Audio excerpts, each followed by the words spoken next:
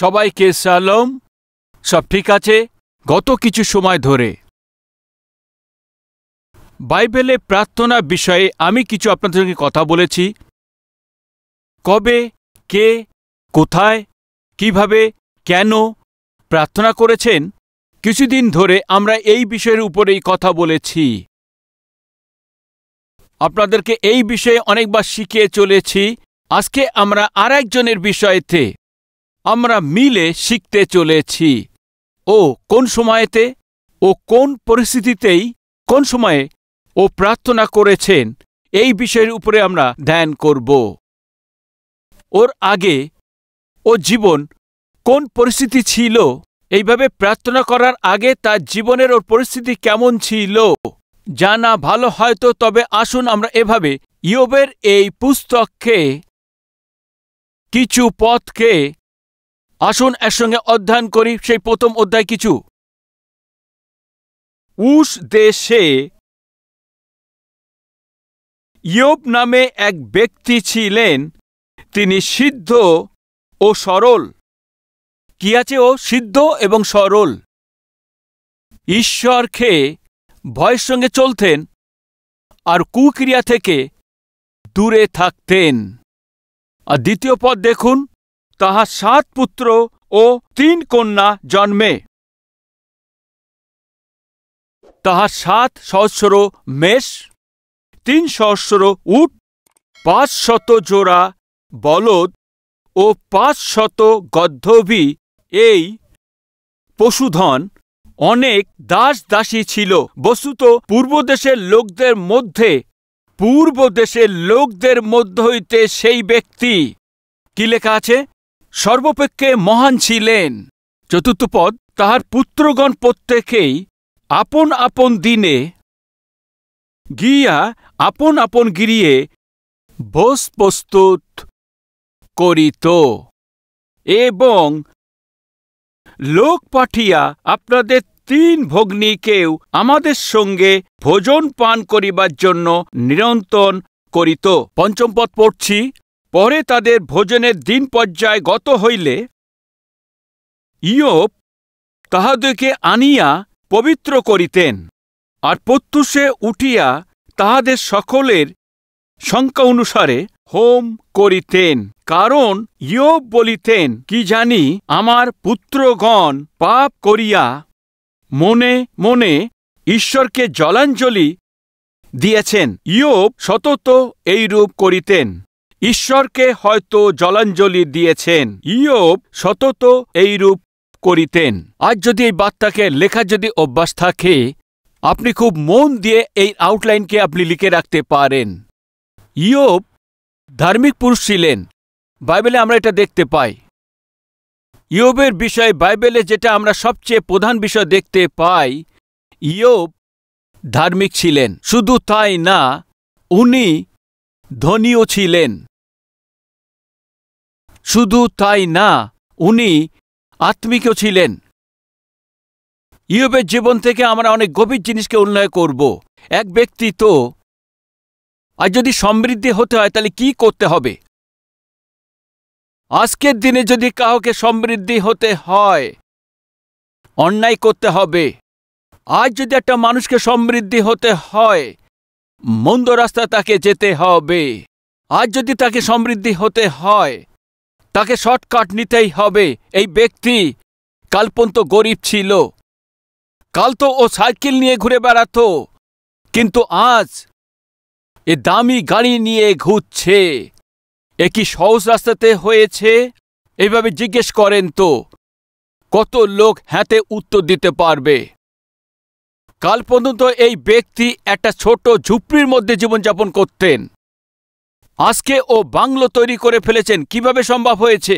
ও কি সঠিক সেই রাস্তাতে সঠিকভাবে আছে কি? পয়সা দিয়ে এ কি সম্ভব হয়েছে, না অন্যায়ভাবেতে লুট করে আজকে নির্ণয় করেছেন? আজ যদি আমাদের সমাজে দেখেন এবং সোসাইটিকে দেখেন, তাহলে আপনি দেখতে পাবেন কত আরামভাবে উচ্চতম পৌঁছেছে এমন সোসাইটিকে দেখতে পাবো। কত সহজে কত ধনী হয়ে যায় আমরা লোকদের দেখতে তা পাই। কত সহজেতেই আমরা ওদেরকেই তাদের সমৃদ্ধি আমরা তা দেখতে পাই। আজ যদি কোনো ব্যক্তি খুব সহজে সে দায়িত্ব পেয়ে যায়, খুব সহজে সে অধিকার পেয়ে যায়, সহজে যদি অনেক পয়সা উপার্জন করে, ওর পিছনেতেই কোনো না কিছু অন্যায়ভাবে লুকানো আছে। সহজই মনে হয় জীবনে কোনো বিষয়েতে খুব সহজেতে জয় করা এত সহজতর বিষয় নয়। 7 ক্লাসও পাশ করা অত সহজ নয়। আর যদি আমার মতো হয় তাহলে আরও মুশকিল। বাচ্চাবেলায় আমার মতো 7 ক্লাস পাশ করা আমার জন্য লক্ষ্য মনে হতো। নষ্ট করে যখন বিনা পড়াশুনো করে এদিকে ওদিকে করে ঘুরে বেড়াতাম, তখন মা এসে বলতো কমপক্ষে 7 ক্লাস পাশ করো তো। 5 ক্লাসেতে 6 ক্লাসেতে কোনো রকমে পাশ করে দিত। ওই দিনেতে 7 ক্লাসে ওদের বোর্ড এক্সাম হতো, পাশ করিয়ে দিত না, পড়াশুনো করেই সেখানে পাশ করতে হতো। তো 7 ক্লাস পাশ করা আমার কাছে সে আকাশ ছোঁয়ার মতো ছিল। 7 ক্লাসের পরে 80তে ক্লাস 9এতে এভাবে পাশ করিয়ে দিত, কেননা সেখানে কোনো বোর্ড এক্সাম ছিল না এই জন্য। আর 10 ক্লাস পাশ করা আমার জন্যে আপনি মনে করতে পারেন আমি হয়তো আইএএস আইপিএস আমি এমন সিলেক্ট হয়ে গেছি, এমন হতো আমার। আমি কেন এইসবে উদাহরণ দিচ্ছি, অনেক সময় আমাদের কাছে 7, 8, 9 পাশ করা এমন অবস্থা হয়ে যেত। আর যদি খুব সহজেতেই আপনাকে কিছু প্রমাণ করে দিতে হয়, আর যদি সহজভাবেতেই আপনাকে উপার্জন করতে হয়, আপনাকে নিতে হয়, তাহলে আপনি ভেবে দেখুন। সহজে এসব প্রমাণ করে দিয়ে দেওয়া, সহজে সফলতা অর্জন করা এত সহজ বিষয় হয় না। এ সত্যি আছে। আমাদের গুরুজনরা এভাবে বলেছেন, এই যে পরিশ্রম, তার মানে কি আছে? পরিশ্রম করলেই ফল পাওয়া যায়, সফলতা পাওয়া যায়। এমন লোকেরা আছে এভাবে তারা কষ্ট করেন, তবুও তারা সে ফল পায় না। এ কি সত্যি নয়? কত চাকরির জন্য কত চেষ্টা করেন, গভর্নমেন্ট চাকরির জন্য কত এক্সামে তারা পরীক্ষা দিয়েছেন, কত এক্সামে গিয়ে তারা পরীক্ষা দিয়েছেন, কত কোচিং সেন্টারে তারা ঘুরে বেড়িয়েছেন, ইন্টারভিউ দিয়ে দিয়ে এভাবে চেষ্টা করে করে জুতো হয়ে গেছে, কিন্তু তারপরও কোনো সফলতা এভাবে নজরে পড়ে না। অনেক পরিশ্রম করেও সেখানে সফলতা পাওয়া যাচ্ছে না।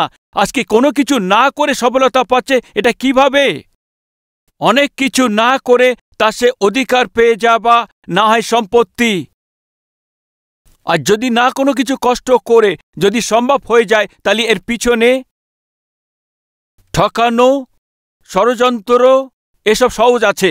আমি যে ব্যক্তির কথা বলছি সেখানে যে ইয়োব ও ধনবান আছে, ও সমৃদ্ধিশালী আছে, ইয়োব ধনবান আছে। ভাই ও বোন, আমরা যে আর্থিক লোকজন আছি, আমাদের কাছে পয়সা থাকে, এটা ভুল কথা নয়। বাইবেলে একটা সুন্দর কথা আছে, এটাকে ভুল বুঝবেন না। এক ধনবানকে স্বর্গে প্রবেশ করা সহজ নয়। সুয়েজ ছিদ্র দিয়ে উটকে প্রবেশ করা যেমন সহজ আছে, ধনবানকে স্বর্গে যাওয়া ততই কঠিন আছে। যখন বাইবেলে কথা বলে, এর অর্থ এমন তা বের করবেন না ধনবান ও স্বর্গে যাবে না। আমাদের কাছে পয়সা থাকা ভুল বসা নয়, কিন্তু আমাদের মধ্যে পয়সা থাকবে না। এর মানে কি আছে? জলেতে জাহাজ থাকতে পারে, কিন্তু জাহাজের মধ্যে জল থাকা তো মুশকিল। আপনি এটা বুঝলে তাহলে ওটা বুঝতে পারবেন। আপনি পরিশ্রম করে আপনাকে যে উপার্জন করা, এটার মধ্যে কোনো ভুল নেই। আর যদি আপনার কাছে পয়সা আছে আর আপনার প্রয়োজন অনুসারে এবং আপনার ব্যক্তিত্ব অনুসারে সেটাতে প্রয়োগ করে থাকুন। আর যদি পয়সা আপনার মধ্যে থাকে, তাহলে পয়সা যেমন বলে তেমন আপনি করবেন। মূর্খ সেই ব্যক্তি যেমন সে ধন বলে তেমন সে করে থাকে, কিন্তু বুদ্ধিমান তো সে অর্থের মধ্যে সে চলে না, কিন্তু ও সেখানে নিয়ন্ত্রণ করে রাখে। বাইবেলে একটা সুন্দর কথা আছে যেটা আপনাদের সাথেই আমি বলতে চাইছি। তার আগে কিছু বলতে চাই। প্রথম, বাইবেল বলে দেয় ইয়োব সিদ্ধ ছিলেন, মানে ও সরলতায় ছিলেন, ধার্মিকতায় ছিলেন, ওর কাজেতে সিদ্ধ ছিলেন, উপার্জনে সিদ্ধ ছিলেন, সবসময় সিদ্ধ ছিলেন। একটা সুন্দর বাক্য লেখা আছে, পড়ছি। তিনি সিদ্ধ ও সরল, ঈশ্বরের ভয়শীল ও কুকরিয়াতে গি। সিদ্ধতায় চলতে হয়তো, অন্যায় থেকে দূরে থাকতে হয়তো, অন্যায় থেকে দূরে থাকতে হয়তো, মানুষের কি প্রয়োজন আছে? ভয়। ছোট বাচ্চা যে আছে তার মধ্যে মা বাবার ভয় থাকে, মায়ের ভয়, বাবার ভয়। যারা এই বাচ্চা যে তাদের দেখতে পায়, এরা এখন কি করে? লুকিয়ে কোনো কিছু খেতে হবে, এখন খাবে না, কেন মা মারবে, বাবা তাকে মারবে। তো মা বাবার যে ভয় আছে সেখানে বাচ্চারা সেখানে সে কি করে থাকেন? আর বাচ্চাদের ওই ভুল কাজ থেকে তাদেরকে বাধা দেয়। আর যদি নাম্বার কম পায় তাহলে বাবা মারবে, পরীক্ষায় যদি ফেল করে তাহলে মা মারবে। এই ভয়ের কারণেতেই ও ধ্যান দিয়ে পড়াশুনো করেন। তো মা বাবার যে ভয় আছে সে কি করতে পারে? খুব ভালো করে পড়াশুনো করার জন্য তাদেরকে তিনি ব্যবহার করে থাকেন। তাহলে ভয় কি করতে পারে? সঠিক নাম্বার পায় তার জন্য তাকে ব্যবহার করে। আর মা বাবার উপরের আমাদের যে ভয় আমাদেরকে সঠিক তরিকায় আমাদেরকে বৃদ্ধি করার জন্য ব্যবহার করে, তাহলে একটু ভেবে দেখুন। আর ঈশ্বরের কাছ থেকে যদি আমরা ভয় পাই তো আমাদের জীবনে কি হয় আপনি জানতে চান কি? তবে ইয়োবের পুস্তক পড়ুন, আপনি বুঝতে পারবেন। ইয়োবেরও ভয় আছে। ইয়োব কাকে ভয় পেতেন? যিনি সর্বশক্তিমান সৃষ্টিকর্তা ঈশ্বরকে ভয় পেতেন। যেমন আমি বললাম, মা থেকে, বাবা থেকে যদি আমরা ভয় পাই তো সহজেতেই আমরা ভুল কাজ করব না। কেননা ভয়, হয়তো মা মারবে, আমাকে মারবে, বাবা মারবে। ছোটবেলায় মাকে আমি খুব ভয় পেতাম। বাবা অনেক আমাকে ভালোবাসতেন, অনেক স্নেহ তিনি করতেন। মায়ের সঙ্গে এমনটা ছিল না। মাকে আমি ভয় পেতাম, সবসময় আমি ভয় পেতাম কখন হয়তো মারবে, হয়তো ধমক দেবে। ওই সময় হয়তো ঝাড়ু যদি তুলে নেয়, ওই সময়ই ঝাড়ু নিয়ে উল্টো করে আমাকে মারত। হয়তো কেউ জানেন কিনা জানি না, বাদ দিন, হয়তো আমাদের ব্যাপার। মায়ের কাছ থেকে ঝাড়ু উল্টো করে মার খেয়েছেন তারা একটু হাত দেখান। আমার মতো অনেকেই আছেন। ওকে, মা হয়তো মারবে। অনেকবার মায়ের ভয় থেকে ভুল কাজ থেকে রক্ষা পেতাম। বলার অর্থ এই আছে, মা মারবে, আর এই সে ভয় থেকেই আমার মন্দ কাজ থেকে বাধা দিত। ভাই ও বোন, যেমন আপনাদের আগে বললাম, মা বাবার ভয় আমাদেরকে মন্দ কাজ থেকে আমাদেরকে বাধা দেয়, রক্ষা করে। তো ঈশ্বরের ভয় আমাদের মধ্যে থাকে তো মন দিয়ে শুনুন, ও আমাদের জন্য কত আশীর্বাদের কারণ হবে একটু তা ভেবে দেখুন। এমন আশীর্বাদকেই এক ব্যক্তি কষ্ট পেয়েছেন। কে আছে ও? ইয়োব। ইয়োব ধার্মিক ছিলেন, ইয়োব সিদ্ধ ছিলেন। কেন আইয়ুব ধার্মিকভাবে চলতে পেরেছিলেন? কেন আইয়ুব সিদ্ধতায় চলতে পেরেছিলেন? কেন ও পবিত্রতায় জীবনযাপন করতে পেরেছে এমন প্রশ্ন করেন তো? কেননা ইয়োবের মধ্যেই প্রভুর ভয় ছিল। আজকে আমরাও আছি, আমাদের মধ্যে অনেক লোকও আছে, ওর মধ্যে সিদ্ধতা নেই, সিদ্ধতায় চলাচ্ছে তার অভ্যাসও নেই, সত্যভাবে উপার্জনে তার ইনকামও নেই, পবিত্রতার জীবন তাদেরকে এখন নেই, তাদের কথাবার্তার মধ্যে পবিত্রতা নেই, তাদের শোনানোর মধ্যে পবিত্রতা নেই, ওদের দৃষ্টি পবিত্রতা নেই, ওদের চালচলন পবিত্রতার মধ্যে নেই। ওদের মুখ খুলতেই দেখো মিথ্যে কথা ব্যবহার শুরু করেছেন। একটু রাগ করলেই দেখো মুখ দিয়ে অনেক গালগালাগালি আসছে। সহজেই তারা যে উপার্জন করে তা সে রাস্তাকে দেখা যায়। কোনো কিছু না ভেবেই অন্যায়ভাবে উপার্জনের জন্য সেখানে তারা ঝুঁকে পড়ে। কেন আমাদের মধ্যে অনেক লোক সিদ্ধতায় জীবনযাপন করতে পারে না, ধার্মিকতায় জীবনযাপন করতে পারে না, অন্যায়ভাবে উপার্জন করে? কারণ জানেন কি? কেননা আমাদের মধ্যে ঈশ্বরের ভয় নেই। আর আপনার কাজের মধ্যে ঈশ্বরের যদি ভয় সেখানে থাকে তো আপনি সিদ্ধতায় চলবেন, ধার্মিকতায় আপনি চলবেন, অন্যায় থেকে দূরে থাকবেন। আর আপনার মধ্যে যদি ঈশ্বরের ভয়ভক্তি থাকে তো সিদ্ধতায়, পবিত্রতায়, ধার্মিকতায় আপনি চলবেন। কেন? কেননা আপনি যে জিনিস পাপের সঙ্গে সম্বন্ধ আছে সেটা থেকে আপনি দূরে থাকবেন। ও সিদ্ধতা আছে, ধার্মিকতায় আছে, ও অন্যায় থেকে দূরে থাকতেন। ও কি করে এটা সম্ভব হয়েছে? ওর মধ্যে ঈশ্বরের ভয় ছিল, ভক্তি ছিল। ওই ভয় ভক্তি থেকে ওকে কি করেছে যদি বলেন? পাপ কাজ থেকে বিরত করেছেন। আর আমাদের পাপ থেকে দূরে থাকতে হবে, আর আমাদেরকে পাপ করতে হবে না, আর আমাদের ভুল জিনিস থেকে বাইরে থাকতে হবে। ভুল জিনিস দেখব না, ভুল জিনিস থেকে শুনবও না, যদি পড়ে যাওয়া থেকে রক্ষা পেতে হয়। তো এর জন্য আবশ্যকতা আছে আমাদের হৃদয়ের মধ্যে প্রভুর ভয় দরকার। ও ঈশ্বরে যে ভয়েতে চলতেন, আর কি লেখা আছে, মন্দ থেকে আর পাপ থেকে দূরে থাকতেন। মানে এই জীবনে যেটা ভুল আছে ওটা তা তিনি জানতেন, আর ওটাও কোনোদিনই করত না। প্রিয় ভাই ও বোন, আপনি জানেন আপনি যেটা ভুল করছেন, তবুও আপনি করছেন। কারণ জানেন কি? কারণ আপনার মধ্যে কোনো না কোনোভাবে সমতা করে নিয়েছেন, ভুল করছেন। এভাবে জিজ্ঞেস করে, কেন ভুল করছো? কি করব, আমার পরিস্থিতি এমন হয়েছে, কি করব? সমতা না করলে কিভাবে জীবনে চলব? আর যদি পয়সা এভাবে উপার্জন না করি, ইমাই এভাবে আমি দিতে পারবো না, ইন্টারেস্ট দিতে পারবো না। অন্যায়ভাবে যদি উপার্জন না করি, আমাকে ঋণকে দিতে পারবো না, সন্তানদেরকে আমি লালন পালন করতে পারবো না। কেন তুমি অনৈতিক জীবনযাপন করছো? কি করব, আমার এই কাজই এমন আছে, আমার এই কাজের জন্য এটা একটি সাধারণ কথা আছে। আমি তো অনেক ভালো আছি, আমি তো কেবল 10,000 টাকা ঘুষ নিয়েছি, আমার পাশের লোক তো সে লক্ষ টাকা ঘুষ নিয়েছে, আমি তো ওর থেকে অনেক ভালো আছি। আপনি কার সঙ্গে তুলনা করছেন? আপনার চাইতে যে বেশি করে নিয়েছেন তার সঙ্গে আপনি তুলনা করে বলছেন আমি তার চেয়ে ভালো আছি। শুনুন, ঈশ্বরের দৃষ্টিতে মন্দ যে করছে আর মন্দ যে আছে সবই একই আছে। বুঝতে পারছেন? ভুল ভুলই আছে, বড় মন্দ কাজ, ছোট মন্দ কাজ, ঈশ্বরের দৃষ্টিতে সবই একই আছে। পাপ পাপই আছে ঈশ্বরের কাছে। ঈশ্বরের দৃষ্টিতে বড় পাপ, ছোট পাপ এসব কোনো কিছুই থাকে না, কিন্তু আপনি সমঝোতা করতে পারেন। আমি ওই ব্যক্তির থেকে ভালো আছি, কমপক্ষে আমি তো ওর মতো এত বড় পাপী নই। ও তো 10 জনের সঙ্গে পাপ করছে, আমি তো কমপক্ষে একজনের সঙ্গে করি। আমি তো ওর মতো এমন করছি না। আপনি মনে করতে পারেন আপনি খুব ভালো আছেন, কিন্তু ঈশ্বরের দৃষ্টিতে আপনি ও দুজনে একই আছেন। ও ছেলেটি তো জানা নেই কত মেয়েদের সঙ্গে ঘুরছে, কিন্তু আমি তো একটি মেয়ের সঙ্গে শুধু ঘুরেছি। ওর থেকে আমি পাপী কম আছি আপনি ভাবতে পারেন, কিন্তু ঈশ্বরের দৃষ্টিতে দুজনই সমান আছেন। তো এমন ভুলের মধ্যে দিয়ে আমাদের লোক অনেক ভুল থেকে নিজেই মনে করে আমি ঠিক আছি, আর এইভাবে সে অনেক তৃপ্ত মনে করেন। আপনার দ্বারায় কোনো চিন্তা যে কোনো কিছু অন্যায় ঈশ্বরের সম্মুখেতেই একদম হবে না, ভুলবেন না। বুঝতে পারছেন?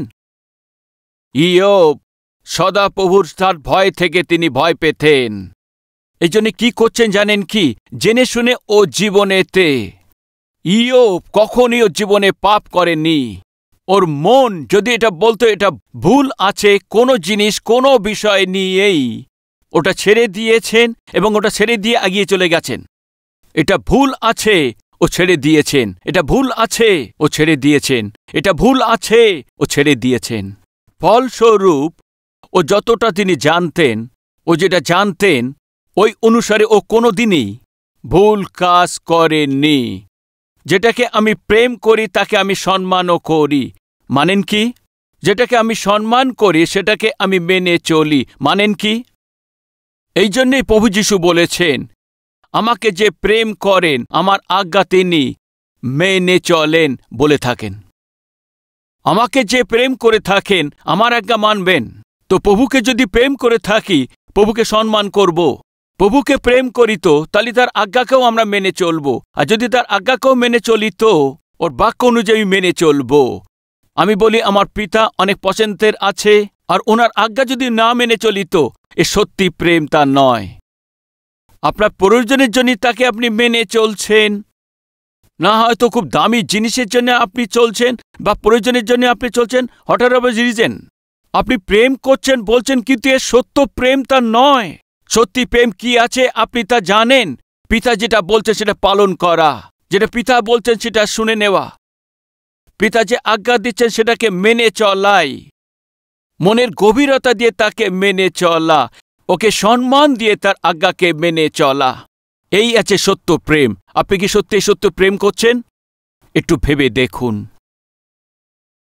আজ যদি প্রভু আপনাকে কথা বলেছেন, আজ যদি আপনার সমস্ত প্রয়োজন মিটিয়ে দিয়েছেন, তো কি আজকে কি আপনি চান যে আপনি প্রভুর সঙ্গে একটি নতুন বন্ধনের মধ্যে আপনি স্বামী হিসাবে, স্ত্রী হিসাবে, সন্তান হিসাবেতেই এক কন্যা সম্পর্ক নিয়ে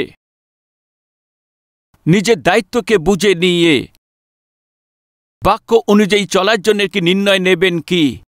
যদি হ্যাঁ হয়, প্রভুর সামনে কি হাত তুলবেন?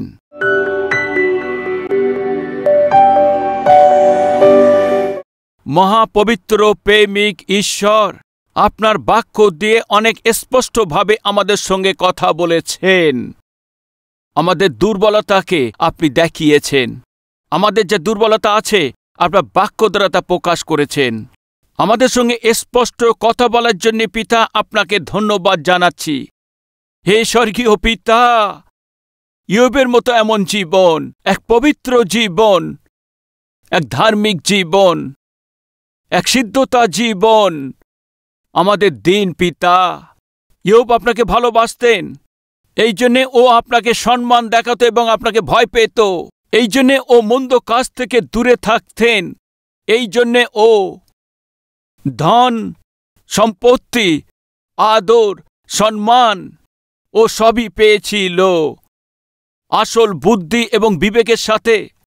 ধনের দিকে এগিয়ে গিয়ে না ঝুঁকে পড়ে পিতা, দীনতা হয়ে, নম্রতা হয়ে তিনি জীবনযাপন কাটিয়েছেন। এর চাইতে সবচেয়ে বড় সম্পত্তি আমাকে দিয়েছেন। ও আমার সন্তানরা আছে, ওদেরকে আত্মিকভাবে বৃদ্ধি করতে হবে, তার চারপাশে প্রার্থনা দিয়ে বেড়া দিতে হবে। এইভাবে বলে ও প্রথম ভোর থেকে উঠে, যেভাবে ইয়োব উঠে তার চারিপাশে এভাবে প্রার্থনায় বেড়া দিতেন, আমাদেরকে বেড়া দিতে দিন পিতা। আপনার সেবকের বিরুদ্ধেই শয়তান যেভাবে চাল চালুক, সেভাবে হোক না কেন, যা কিছু ও ব্যবহার করুক, সবকিছু নাশ করে দিন প্রভু। যীশু খ্রিস্টের নামেতে প্রার্থনা চাইছি পিতা, আমেন।